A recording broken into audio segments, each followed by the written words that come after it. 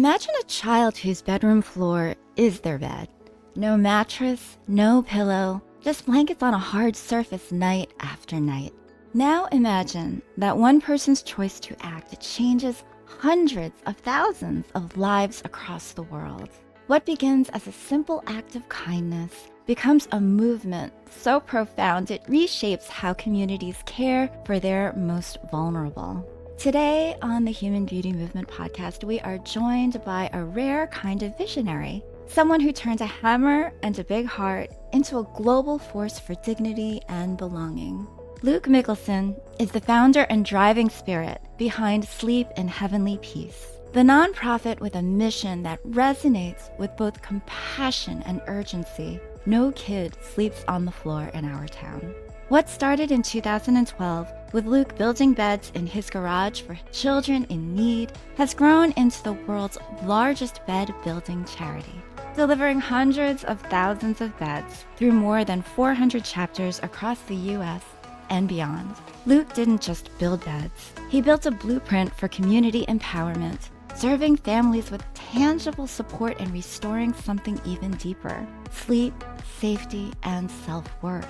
His journey from corporate life to full-time nonprofit leader has been recognized on national stages, featured on television, celebrated by volunteers, and felt in the quiet joy of a child climbing into their very first bed.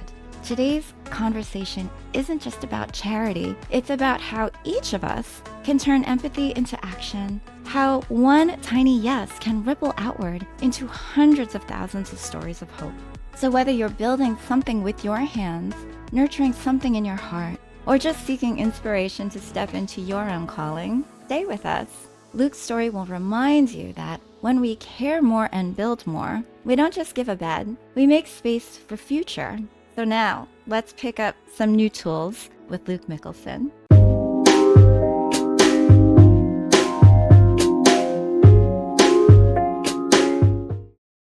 Welcome to the show, Luke. Thanks, Jennifer. Wow, that was the best intro I've ever had.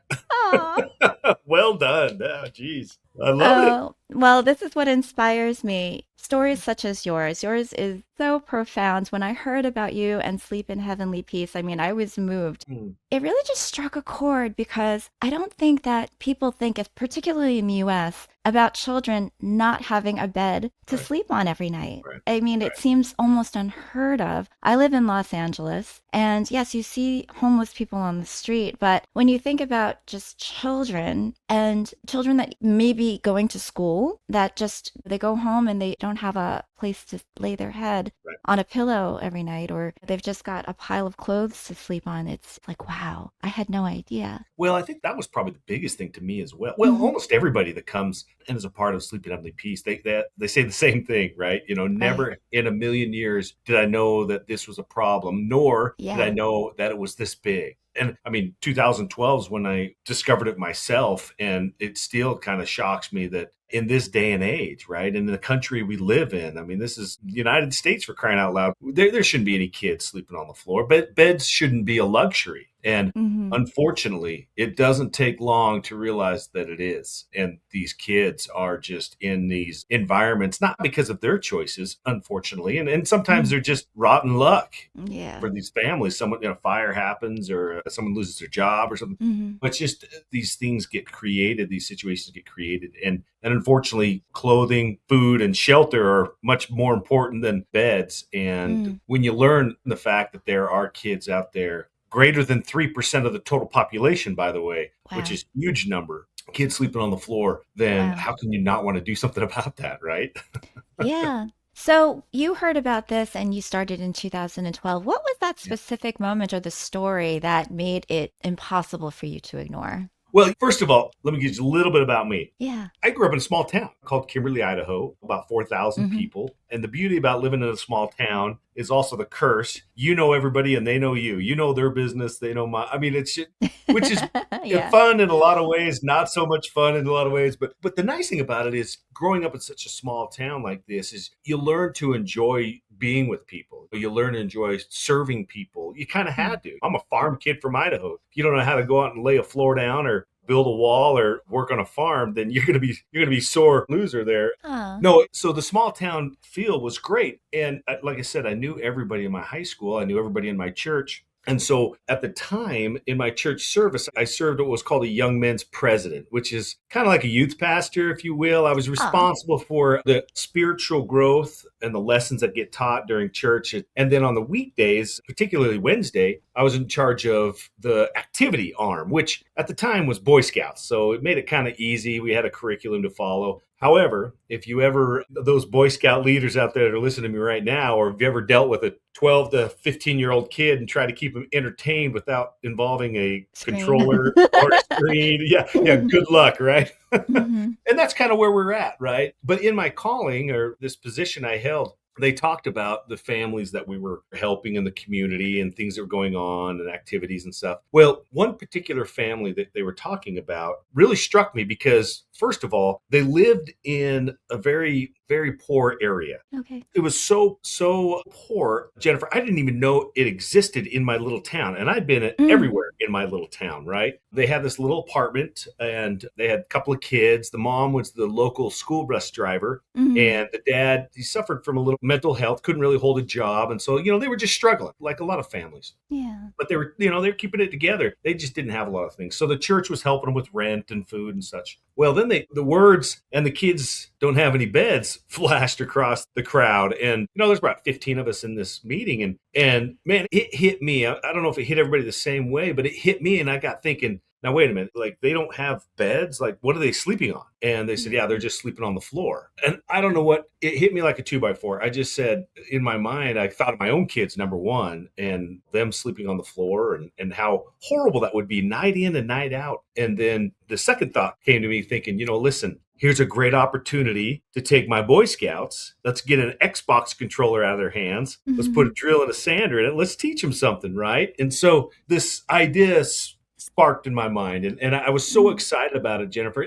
You get older. I was 35 years old. I had a great job. I was getting paid well, successful that way, right? I coached the kids. It was in my church calling. I had 3 kids of my own. And on paper, my life, I couldn't complain. In fact, when you did, or when I felt bad about it, you feel guilty for feeling that there's just this hole that was getting created inside of me. Like I just didn't feel satisfied with the things we did. And other than I enjoyed doing service, that did fill a hole for me. Well, here was this opportunity. And I got so excited. I could just feel all this anxiety, all this self-crisis mode, whatever you want to call it, just starting to fleet away. And so when I went home that night, I went straight down to my daughter's room, who had a bunk bed down there with tape measure and pencil in hand, and I just started making notes of how I could build this bunk bed. I'd never built a piece of furniture in my life, but I said, we'll figure it out. And so that week we had the Boy Scouts come over and we started building this bed. And I was super excited. Well, number one, I was nervous that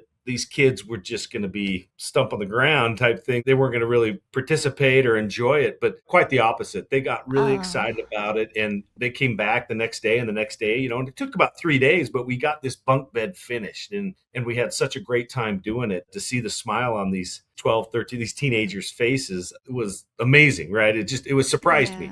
And then, of course, we had to deliver the bed. Now, this is about this time this year, the 1st of December in Idaho. Everybody knows not the warmest time or warmest place to be, but we're building these beds in this bed in this garage of mine. And I had to stay back and clean it up. I had to park my cars. My wife had a beauty salon in the third bay. So the boys and their parents and stuff went and delivered this bed to this family. And so I didn't get to have that experience. But the next day at church, they talked about how amazing it was. These kids, that they were sleeping on the floor, and now they've got a mattress, they've got bunk beds they can play on, and they can actually get a good night's sleep. And to hear the kids as parents, like the Boy Scouts and their parents, talk about how special it was. I mean, I was really jealous. I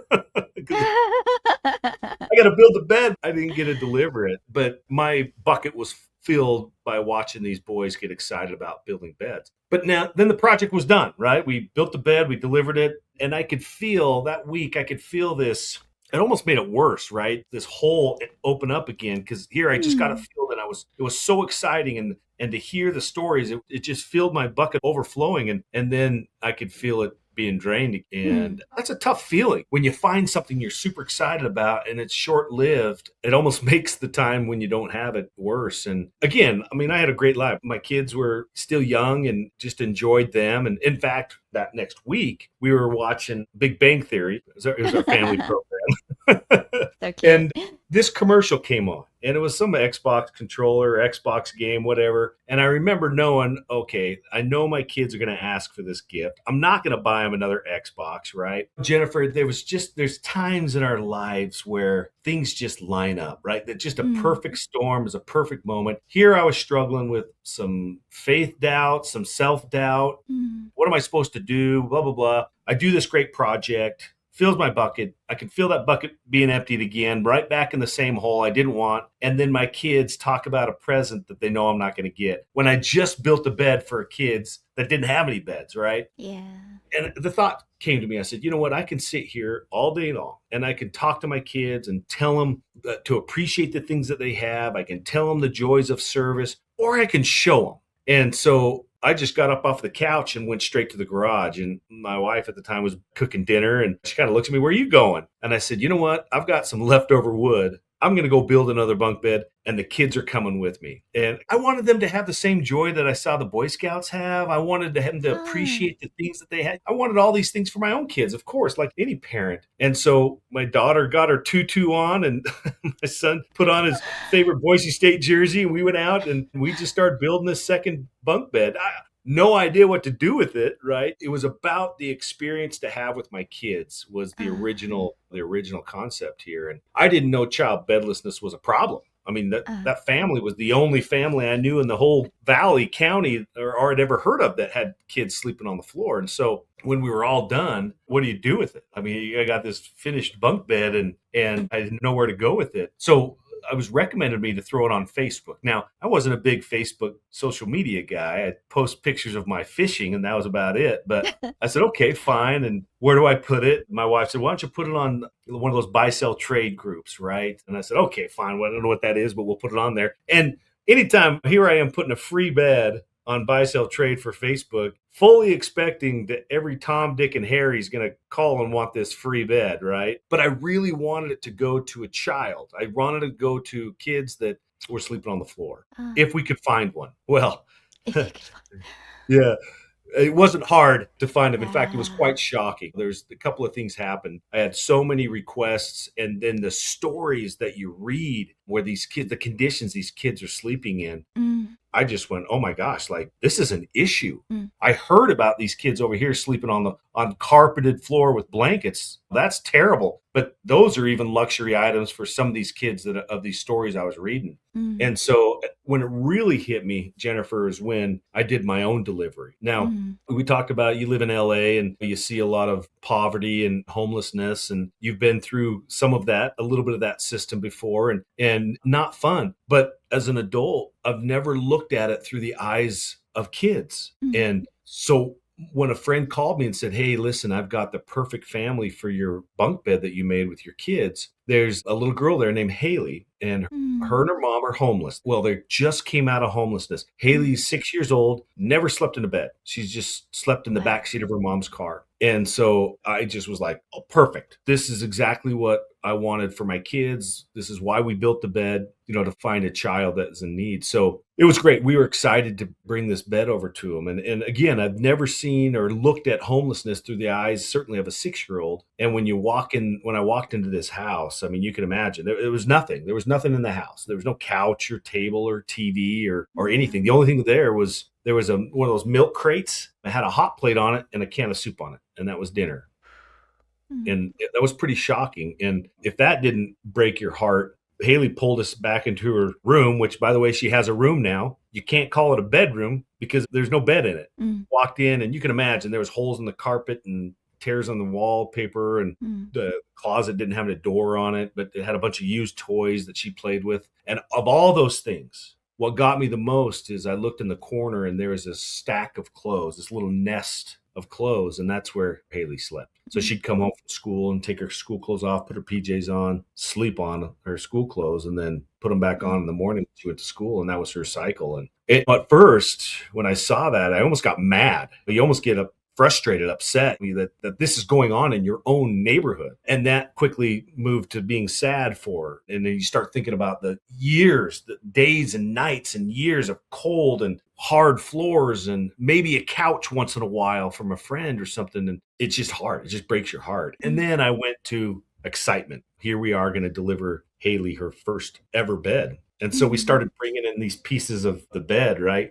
And you could see, and a lot of our kids that we deliver beds to, this is their reaction. They're hiding behind mom. They're scared. They don't know who these Yeah. are in their house. It's kind of fun. But then when they recognize what it is that we're bringing in and start putting this bed together for them, I mean, Haley erupted. She went and hugged us. She started hugging the bed and kissing the bed. And I Oh. mean, I'd never seen that before. And it was just, I mean, it just talk about overflow your bucket instantly. And if that wasn't enough, I look up and see the single mom, which I was raised by a single mom, 5 kids, single mom. I mean, you want to talk about farm kid from Idaho that didn't have much. Mm. I knew what every single one of those tears that she shed right there meant because I saw it in my own mom. Hard work and 3 jobs and the worry and concern you have for your kids and the guilt that you feel. I knew it. I heard my mom say it for years. And so when I saw these tears, I lost it. Like it was, Mm. it's still touching to think and to even see to this day, there's single parents, not just moms, but single parents out there that are in the same boat,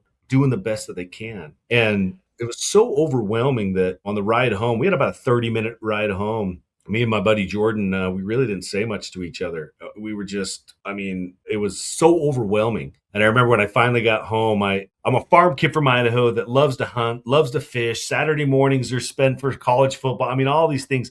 And in an instant, Jennifer, none of it mattered anymore. I just felt this drive, this passion I'd never felt before.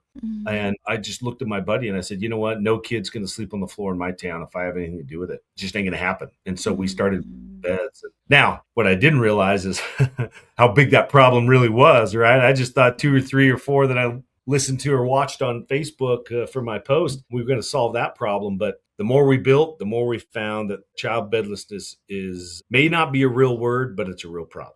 Wow.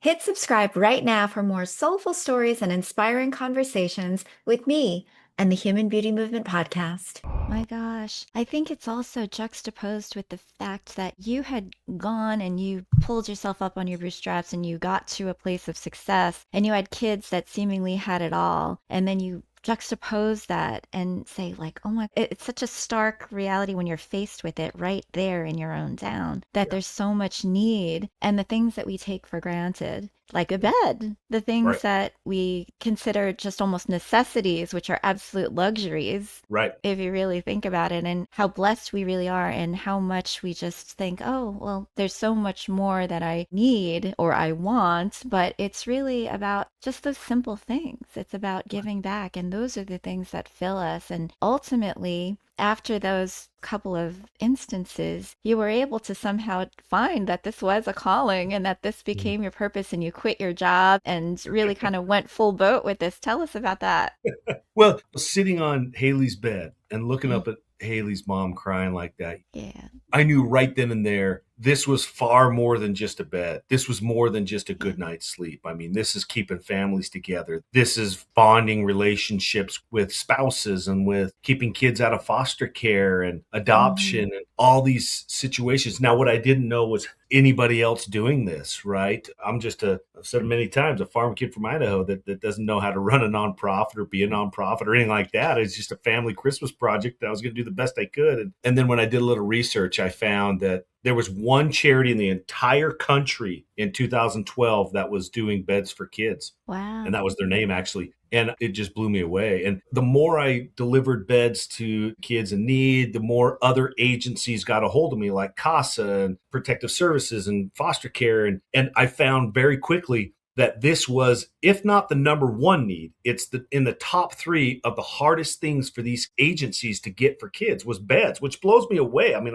it's still to this day, it is an odd thing to me. But yeah, getting beds for kids is just low on the priority poll for these families. And so I'm like, you know what? I can't finance this. all by myself, and I had companies that wanted to help. So that's when we became a charity. And I Mm-hmm. still had a full-time job. I'm still Mm-hmm. working and trying to provide for my own family. And yet this charity of mine this family Christmas project that now is a charity really just kept pulling at me and pulling at me and pulling at me. And it came to the point where I went to my boss and I was like, listen, this is becoming a thing for me, right? And I couldn't tell him I didn't like my job. I actually liked my job, enjoyed it very much. I was gonna buy the company from him. My career was set, if you will, and I would have been moderately happy staying there. But once I found this, and once people find their true passion, right, you just really, at least for me, I didn't think of anything else. And he says, you know what? I think you need to decide what you want to do, right? If you're going to go after it, go after it. And at first that's really scary, right? Kind Yeah. of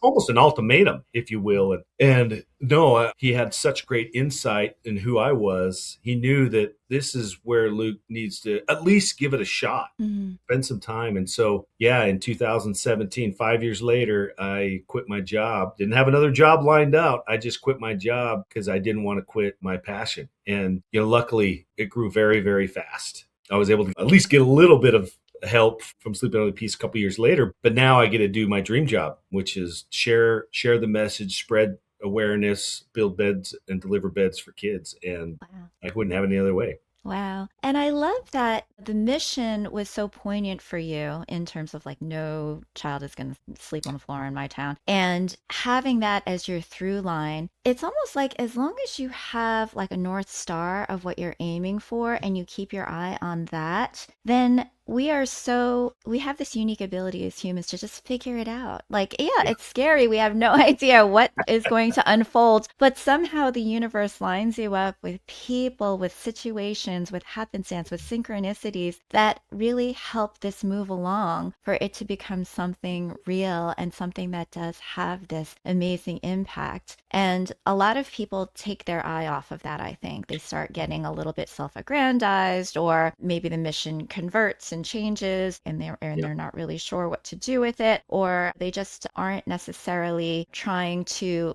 relinquish the reins as it might be as you're growing. But you learn so many valuable lessons along the way that I would love for you to share for those who maybe have this inkling of an idea, a spark of something Yeah. that they feel is really tugging at their heartstrings, their souls, to say, you know what I'm doing right now may not be aligned with where I really see my life going and what I You hit the feel like nail on the my head. purpose is. Yeah. Can you talk a Yeah. little bit about that? Of course. When let's say national, right? In 2000, Yeah. beginning of 2018, rather, we were featured on a show with Mike Rowe, Dirty Jobs Mike Rowe guy. I don't know if you know him, but he's a pretty big celebrity, really cool guy. It was a Facebook watch series called Returning the Favor. So we were like episode 9, season 2. Long story short, it really announced this 10 million views. And all of a sudden, we had people all over the country that wanted to do what we were doing. So we put together a real quick program and training program of how to bring people on. Because I knew, Jennifer, one thing. Luke Mickelson, a guy from Idaho, isn't going to solve this child bedlessness issue that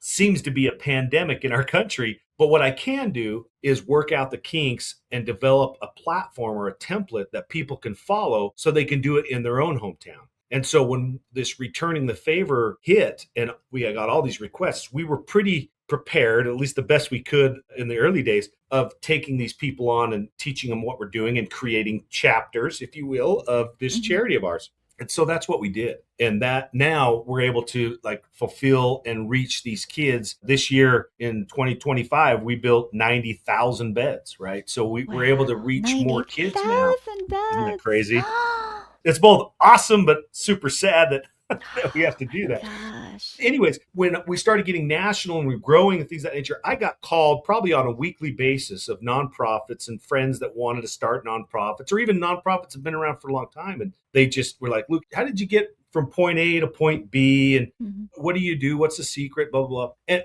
my first answer back then was like, I'm just a farm kid. I don't know what I'm doing. We're building this plane as we fly it. But then I started listening to what they were doing and their thoughts and their ideas. And I quickly learned, okay, I actually may know a few things here. Both luckily and unluckily, I've been through the potholes and I've filled them and I know what to avoid and what to go after. So anyways, I'm in the middle of finishing my book that talks about the story of Sleep in Heavenly Peace, but also the things that I've learned, such as mission creep, which you talked about. When you have your mission. And for me, having a full-time job, coaching, my church service, all this stuff, I didn't have time to run what I thought was a nonprofit and how you run it, right? So the one thing I did know is I had to keep it as simple and as clear as possible, right? We're going to build beds. That's it. In fact, our very first year of 2012, when we delivered 21 beds before Santa came, we got presents and food and all sorts of stuff, right? Well, the next year, ixnayed all of that and said, you know what, look, all I have time for is really just to build and deliver beds. And that was the biggest blessing. I didn't know it at the time, but it was the biggest blessing in the nonprofit space. Mission creep is a really hard thing for people to get past because they're in the nonprofit world because they have such big hearts. So it's hard. Give everything, do everything. Yeah, like I walk into Haley's house, don't think for a second I didn't want to run down and buy her a couch and a TV and all these things, right? But as a nonprofit, you can't. You have to curb that. You have to learn and be disciplined to, this is my mission and I'm not going to flow away from that. And that keeps us centered. And when we do have obstacles, which you will, when you've got those boulders you got to cross, if you don't have that North Star, like you mentioned, it's easy to lose sight of it. And then you drown yourself in other things that isn't part of your mission. Even things like fundraising and things that nature that can get you away from your mission and have you focus on things that you don't want to focus on. That's one thing I learned. We really don't do fundraisers in Sleep in Heavenly Peace because our fundraiser is our program. It is building and delivering beds. And so I do a lot of nonprofit consulting talking about how can you make your program your fundraiser, right? Don't do the spaghetti feeds and the galas. I mean, they're fine. They can make money for you, right? But really, if you want sustainable and scalable growth, you've got to look at your process, your program, as a way to make money, right? As a way to receive donations. That's probably the first lesson I learned. Besides mission creep, I learned that down the road. And the second one is, as a nonprofit, you really need to include as many people in your nonprofit as possible. Having their hands on something, having them feel like they're a part of it. I have what I call my Hank story. I have this Hank story in my book. Hank was 85-year-old guy. He was an old dude that when I did my very first public build, when I just wrote in the newspaper, hey, be down here at this shop, this cold shop in the middle of winter in Idaho, come down on a Saturday morning and I'll teach you how to build beds for kids that need them. Hank showed up and he's just this old guy come wobbling in, super nice guy. You could see his smile just filled the room. And he started handing out these thank you cards, which I thought was really weird at the very beginning. And apparently he donated his time and done service his whole life. And he was just thanking volunteers for showing up, which I thought was really cool. So, this guy's just the salt of the earth. Well, he comes up to me and he says, Luke, okay, where do you need me? And I'm like, man, an 85-year-old guy, I don't want you to die on me. I said, what did you do for a living? And he says, well, I was a carpenter for 40 years. And I'm like, okay, I know exactly where to put you because we build these beds out of wood. I said, I'm going to put you on the saw, right? So there's one critical point of our process is cutting the wood properly. Right. And so I put old Hank on the saw. And when you run a build, you understand, as a chapter president, you're the only one that really knows how to run this build. And you got 60 volunteers in these different stations. So you're running around like a chicken with his head cut off, trying to teach people these stations and make sure they're doing it right and say, well, I forgot about old Hank. I mean, 4 hours later, I'm like, the build was winding down and I'm like, oh my gosh, I forgot about Hank. So I went back to the cut station and here, Hank was just covered in sawdust. I mean, his clothes were as white as his hair. And I'm like, I went up to it. I'm like, Hank, how you doing, buddy? Like, I'm sorry, I forgot about you. And he looked at me and he says, Luke, he's like, I've donated my time for many, many years. Other nonprofits all across the state here. He says, I've never walked into an event and in 5 minutes been assigned a task and then never stopped and couldn't stop the whole time.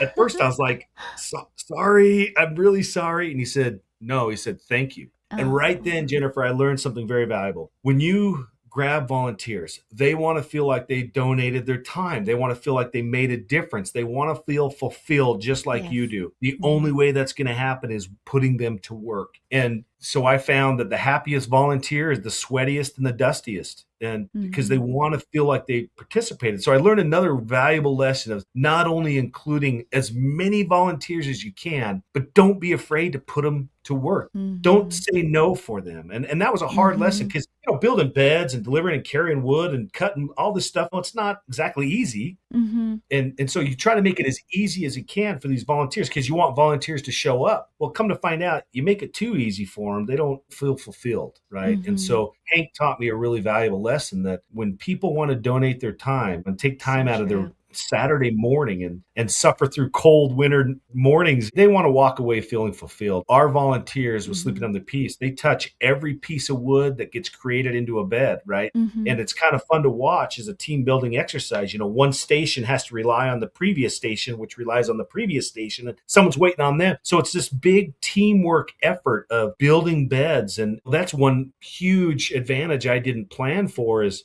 Mm-hmm. you make friends, like you said earlier, you make friends with people you'd otherwise pass in the grocery store that you'd never have a conversation with. Now you're like, hey, you passed me wood at the sand station while I was putting together headboards, right? Mm-hmm. It's super amazing to watch people hard at work for a good cause. And Yeah. I feel like we have two missions at Sleep at Emily Peace. We build beds for kids, obviously, that's the big one. But we also bring communities together. Mm-hmm. Too many of us, well, I learned long time ago, there are so many people in the world that really want to give back. They really want to help. They just don't know how. And us as nonprofits Yeah. have an opportunity to provide service for them so they can feel fulfilled. They can feel the way we feel when we complete our passions. Yeah. From what you said, there are so many things that I just want to circle back on, notwithstanding the fact that Sleep in Heavenly Peace is from Silent Night, which is a That's Christmas right. carol. And so it seems such a beautiful name for your charity, which was born around Christmas time, 2012. So I'm not letting that one go. That, But then that wasn't the first name, by the way. The yeah, first name was Bed for okay. Babe, but that was the wrong one. That's- Oops, that might Yeah, be a different it's charity. not a Google search, Jennifer, that you want to ask your audiences to do. No, no, no, for certainly not. I can almost see what the results might be. But Yeah, then also the fact that you were talking about people making things, doing something with their hands, and not, you could have very easily turned this into, well, we're just going to get a bunch of sponsor, like bed sponsors. We're going to get like people that would just donate beds and deliver these already made constructed beds. It's not that. It's let us come together and create something. Let's make something. And we're putting our blood, sweat, souls, all of that into that pride and that fulfillment and that physical activity of actually creating this, delivering this to this child. And that is so much more fulfilling than, okay, I'm just going to buy this toy off yeah. the shelf and give it to Well, somebody. what you find, and even in our process, if you ever come to a build day, you'll notice it's not the most efficient way to do and build beds. And trust me, we get people all the time, especially engineers. Those guys, they just, Hmm. Let's they do look this at this things way. and Yeah. that's right. They problem solve. You need to do Yeah. this and you do this. And we just kind of laugh and say, you know what? You're absolutely right. We could. But the process of building beds has changed obviously over years, right? I'm no longer on hands and knees Hmm. lining up wood and drilling it, right? We have jigs.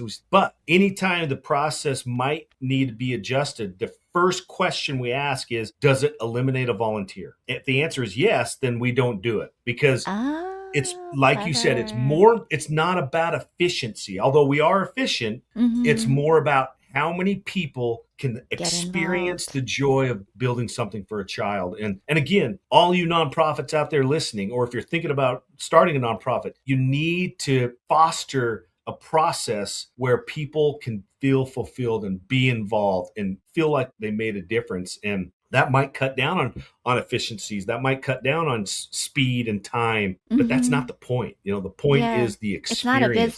business in that way. Yeah. Correct. Correct. You're right. And I tell people, listen, the only difference between a nonprofit and a for-profit company is the nonprofits don't pay taxes, right? It's still a business. However, but the experience of a nonprofit is what people go for. They don't go for a paycheck. They don't go for Hmm. accolades for the most part. They go because they want to have an experience and they want to feel like they made a difference. Well, you're not going to feel like you made a difference if you didn't have a good experience. And so really the paycheck that the nonprofits pay out is the joy Hmm. and the fulfilling and the experience of the volunteering. And that's where the rubber meets the road. That's where your nonprofit can grow and foster. And now these volunteers become quote quote your mouthpieces and your Yes. salesmen, and they spread Mm-hmm. awareness and they raise funds and they do all Mm-hmm. these things for you. We have just in the last, I can't remember the numbers. I'm not the executive director anymore, so I don't have them off the top of my head, but it's somewhere in the tune of 600,000 volunteers just in the last 3 or 4 years, right? 600,000 Wow. people, over 500,000 people have been able to touch wood, feel those feelings, share the story, share the awareness so we can reach more kids. That's how we've grown so fast. There is something magical in that, just getting into that physical aspect of the volunteering. There's so many ways to volunteer, and there's right and wrong for every individual of what's good for them. But there is something magical about, and I'm going to call it the neuro-linguistic programming, the NLP, of getting your body actually activated and moving in sync and in line with that mission. And that's where a lot of that fulfillment comes from, that joy of volunteering and saying, yeah, I want to do this again, because you're really just moving yourself in a way that is different than just donating money or buying something and giving it. It really is something that's very special and something very magical that is able to translate into this amazing growth that you've seen, because it is so rewarding, so fulfilling. And that's why people are saying, yeah, come do this with me. Let's get the community involved. Let's get out there. Let's Yeah. create a chapter. Let's do this, because Well, it's really cool. I think in our day and age, we're losing out on, Mm-hmm. Yeah. you hear millennials or whatever, people talking about hard work, and us old dogs, moving up the hill both ways with no shoes on. I mean, all the sayings of us old guys talking about that. But really, there is some lessons to be learned there. And I think the biggest lesson is we miss out on, these younger kids nowadays miss out on the joy of completing something and the joy of Mm-hmm. what comes from doing something that's hard and then Mm-hmm. finishing it, right? Mm-hmm. Go get your win. On my Facebook page now, I promote get yourself a win for the day. There's a Mm-hmm. general that gave a talk, a very, very popular talk that talks, his talk was about make your bed, right? When you wake up in the morning, just make your bed. If that's the only thing Mm-hmm. you accomplish something. And I think there's our kids nowadays, they want to feel accomplishment in a video game, right? And the problem with a video game is the whole concept of a video game is to never fully complete, because you want to keep going. They want you to keep going and going and going and going and going. So you'll never really fully complete. You get these little way stations, right? You get these checkpoints that you get a little bit of that. But to be able to take a piece of lumber, like raw lumber, and in just a couple of hours have 30 beds that you participated in, right? And it's a completed Yeah. finished product let alone for a child that doesn't have one. Those are the fulfilling wins that I think fuel people and drive people. And the hard thing is you don't really feel that. You can't feel that until you do it. Uh-huh. And I tell people, when you go on deliveries, which is really where the magic happens in our organization, you get to see the conditions that this child was sleeping on, literally sleeping on pallets or hardwood cement floors and basements. And then Mm-hmm. you bring them the most comfortable bed they've ever slept in. A lot of times these kids go to bed at 3 o'clock in the afternoon because they've never slept in a bed before, right? And so you get to see that and be a part of that. And you can tell people, you can watch videos, you can hear testimonials, you can hear me right now and feel moved. But I promise you, there's nothing Yeah. that's more fulfilling than being in the room and Mm-hmm. feeling the weight of the emotion and seeing the child smile and their idiosyncrasies of being happy and nervous and then happy and then they're in bed. I mean, it's just awesome. It's just awesome. Oh my goodness. Hit subscribe right now for more stories and inspiring conversations with me, Jennifer Norman, the host of the Human Beauty Movement podcast. And I think another part of this story, which I think is so special, is you are so humble. You've got such humility about you. I'm just the farm kid from Idaho. I'm just, and so that also, no, but there is this humility, which I think is magical, to be able to, even as you've grown into the largest bed making charity in the world, to kind of know where you came from and to keep that within you. And that is your identity. And you haven't really walked away from that, you can tell. And that has also served you Thank in the you. way that I'm going to keep this simple. And You there's know, no reason to go and fluff this up and make it all like fancy this, fancy that. It's really, this is about this mission. We're staying on course. We're keeping it simple. And I am just going to learn as much as I can along the way. And I think that that's super, super special. Just wanted to say Jennifer, that. thank you.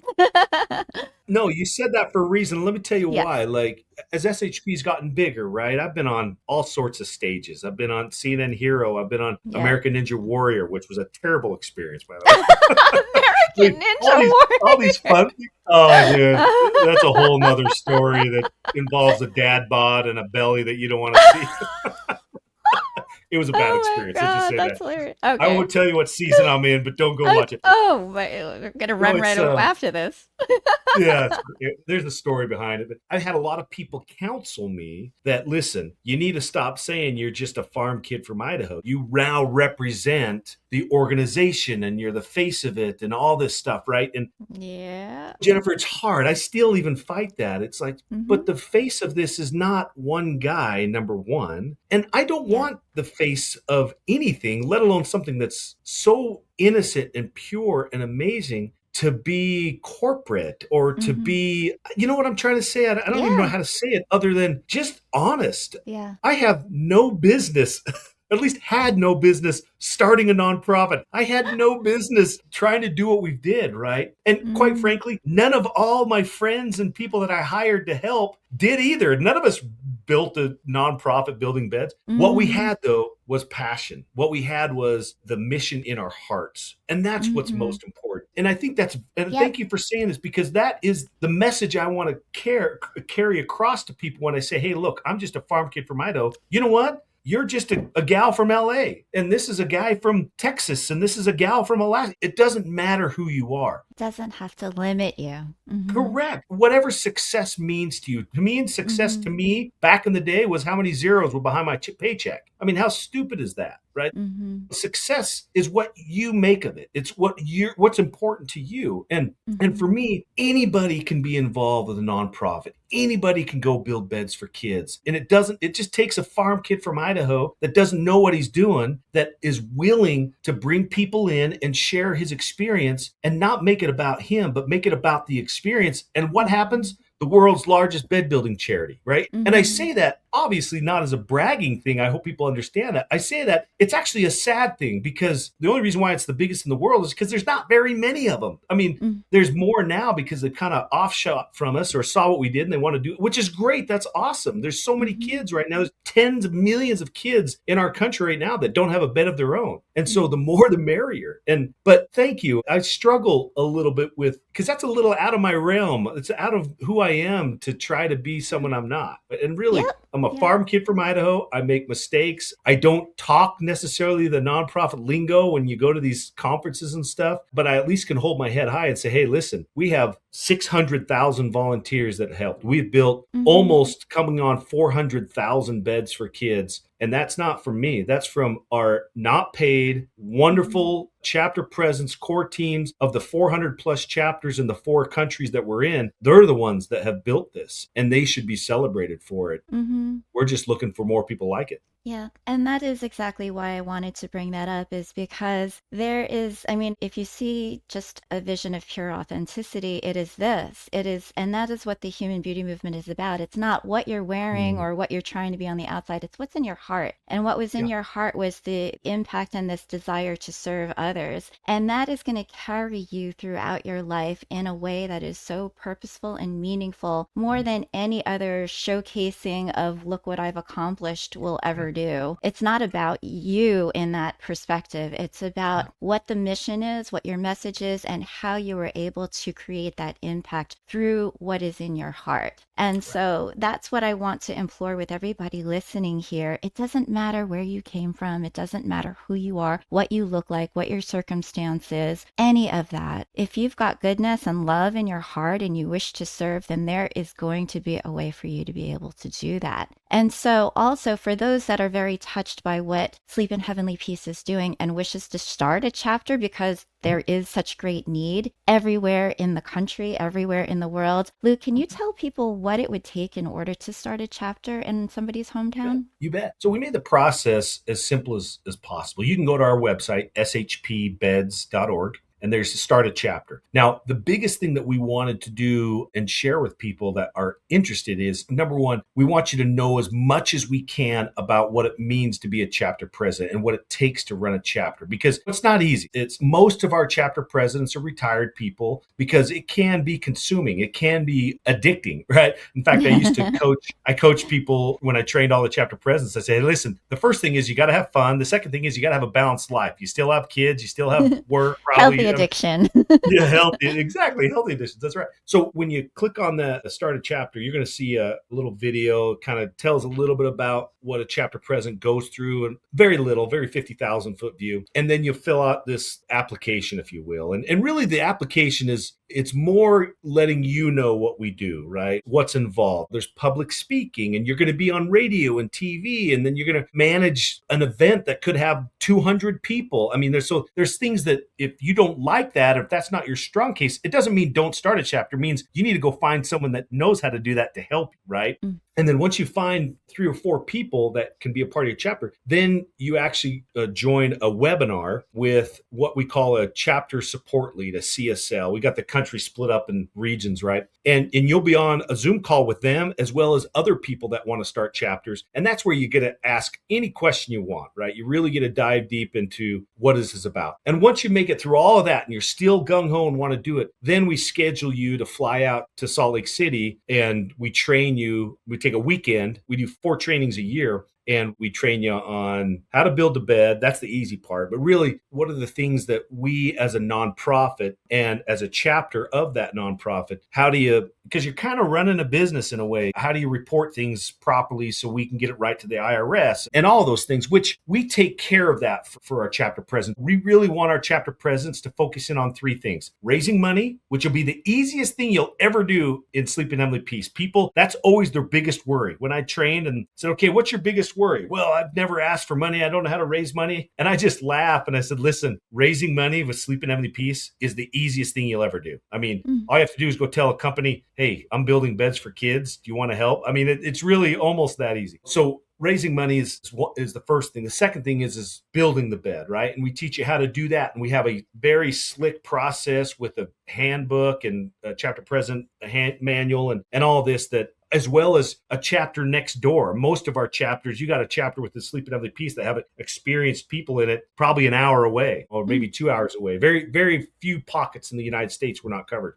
And then the third thing is, of course, delivering the beds and what that takes and how to report that. But all the other minutia like insurances and taxes and all that stuff, we take care of for the chapter president. So they don't have to worry about that kind of stuff. There is some reporting we have to get from them. But that's kind of a long answer to say we make it as easy as possible, Jennifer, so anybody can do it. Like I said, we have college students that have started chapters at their college, Texas Tech and Missouri. These students, they cycle in. Obviously, they're students. They cycle in every 2-3 years. But because of the easiness of the process that we make it, they can run it and they can pass it down to the next person. And I learned that a long time ago. Burnout's a real thing. And so you have to have succession planning so you can keep your mission going on in your own hometown. So shpbeds.org, you can go there, you can learn, read testimonials, get on a webinar with the CSL and really ask the questions that you want to learn. And I promise you, if helping kids and certainly getting beds for kids and you like woodworking, there is not another nonprofit out there that I think does and fulfills that itch that you might have like Sleep in Heavenly Peace. Amazing. One other question I have. Do you ever identify the child who's going to get the bed and say that they're a little bit older and perhaps wants to participate in the making of their own bed? Has that ever happened? All the time. We enjoy that. We supply beds for kids ages 3 to 17. Okay. That's the only really parameter. The other parameter qualification for a bed is you got to have a home that we can put it in. And the supervising adult signs off on it. Other than that, we don't care where you live, how much money you make. None of that matters to us. I remember telling my friend, look, I don't care if the parents have $1 million in their closet. If the kid doesn't have a bed, I'll get them a bed. That's okay. It's really about, we're there for the kid, we're there for the child. but the process and the experience of it is really what drives our mission forward. That one of my favorite pictures as a build is I've got a 4-year-old that's sanding the same piece of wood as a 104-year-old guy. Oh, It's a pretty cool picture. And we're not, of course, we're not a babysitting outfit. This is, yeah. you got wood and material and tools running around. So, Oh. but no, we want everybody to come. And again, one of the reasons why Sleep in Heavenly Peace was even created was to teach my kids, or kids period, the joy of service and to Mm-hmm. appreciate the things that they have, like their own Mm. bed. And so, yes, Mm-hmm. we love, in fact, I have there's hundreds, thousands of stories of families getting beds and then coming to the next build to build a bed for whoever gets the next one. It Oh, really is wow. a Yes. community bonding building thing. That is so cool. Wow. For those of you listening, I just want you to also just ponder in your minds, if there's a part of Luke's story that stayed with you most, what was that and why? Was there a feeling or a realization that you didn't expect? And before this episode, have you ever considered that children in your own community might be sleeping on the floor? And is that now a realization that you might want to look into in your own hometown? What is one small thing that you might be able to do, a small act of care that you might be inspired to take after listening to this, whether it's building beds or maybe some other way to serve? And the other thing I think that is an important thing to ponder is, what do you think that dignity might mean to you? And how do you think that that could show up in everyday life for yourself and for showcasing that kind of respect to others? I think that there's so much richness in this. I feel like we're just getting started, but it's like there's just so much that can be thought of after this episode for you to think about on your own, to research, to even consider going over to shp.org and seeing if you want to build a chapter in your own hometown and learn how that might be something that is in your own calling. Well, Luke, That was great. Jennifer, I've been on many podcasts, and that call Mm. to action was beautiful, by the way. Well Oh, done. it's not just about the talk. It really is. I mean, I want this to Oh, be a yeah. spark that might ignite something in somebody's heart, even if it's just one. We know the magic of just one. Oh, yeah. Just one is all that it takes. And so if somebody is called to act, which is what the definition of compassion is, it's like, okay, it's like you can have sympathy, you can feel sorry for somebody, you can have empathy and feel like, oh, moved in your heart. But unless you actually get up off the couch and turn off the screen and do something about it, that's where compassion, that's the rubber meeting the road. And that is your call to action, everybody, to see if there is something that might move you to act in caring for somebody else now that we're heading into a new year. Well, to end, Luke, I always ask 3 questions of every guest. These are a You bet. reminder of what connects us. So, Luke, I ask you, what do you think makes you beautiful? Oh, wow. That's a great question. Being honest to myself. Mm-hmm. I think I grew up in a religion that was pretty controlling, and I always had questions about it. And whether it's religion or politics or how you were raised, you always have these questions that may go against your inner call. I don't know how to say it other than that. And I'm learning, not learned, I'm learning the value of just being honest with yourself and how that opens up your life, being transparent, being an oversharer. I've been told I'm an oversharer, right? And that used to bother me. Jennifer, I don't care anymore. It's because Yeah. I have no care because I'm just honest with myself and I'm Mm-hmm. proud, being comfortable with myself. It doesn't mean I don't have problems and there's things about me I wish I didn't do or wish I could, that I'm not working on, but those are mine, Mm-hmm. right? And I Mm-hmm. think the more I can accept myself, the happier I Mm-hmm. am. And the happier I am, I think the more beautiful someone can be, right? The happier you are, you, like we said earlier, you express what you want in return. And we all want in return happiness and joy and peace. You got to express that. And it's like working out. I mean, I work out every day and Mm-hmm. those are just muscles, right? You got to work out the art of finding joy and finding peace. And you're responsible for creating your surroundings. You're responsible Yeah. for putting yourself in environments where it's inducive for positivity and joy and peace. And those are the things, if you can get that within yourself, right? Mm-hmm. And make yourself happy. It's not a selfish thing. It's actually quite the opposite. If you can get yourself centered and yourself happy and be pleased and happy with even the mistakes you made, then people are going to find you and want to be around you and want to listen to you and just feel your presence. That's where I think my beauty, I'm working on it, where I hope people Yeah. see beauty in me. So Hell to the yeah. It reminds me of that statement, know who you are or the world will tell you who you are.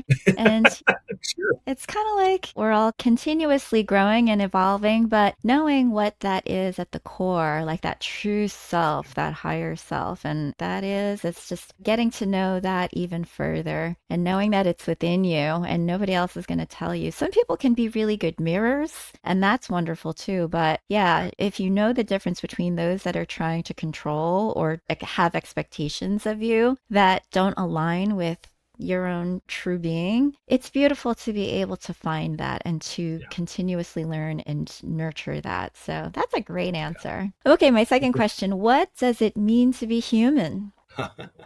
I had a podcast. I'm going to actually re-kick it here in a couple of months, hopefully. But All it's called right. Humans Helping Humans, All and right. I think the kind of along the same first answer. I think, what does it mean to be human? It means to make mistakes. It means to be happy, to be sad. It means to experience life and enjoy, at least the best you can, enjoy what it is about us humans. Mm-hmm. I remember growing up, you'd watch all these sci-fi shows and these aliens, and they'd always talk about humanity and humans and all this stuff. It's kind of funny. But when you really kind of think about it, we are the human race. And we should be happy and proud of the beautiful things and not like the bad things, wish we did better, but that's being human.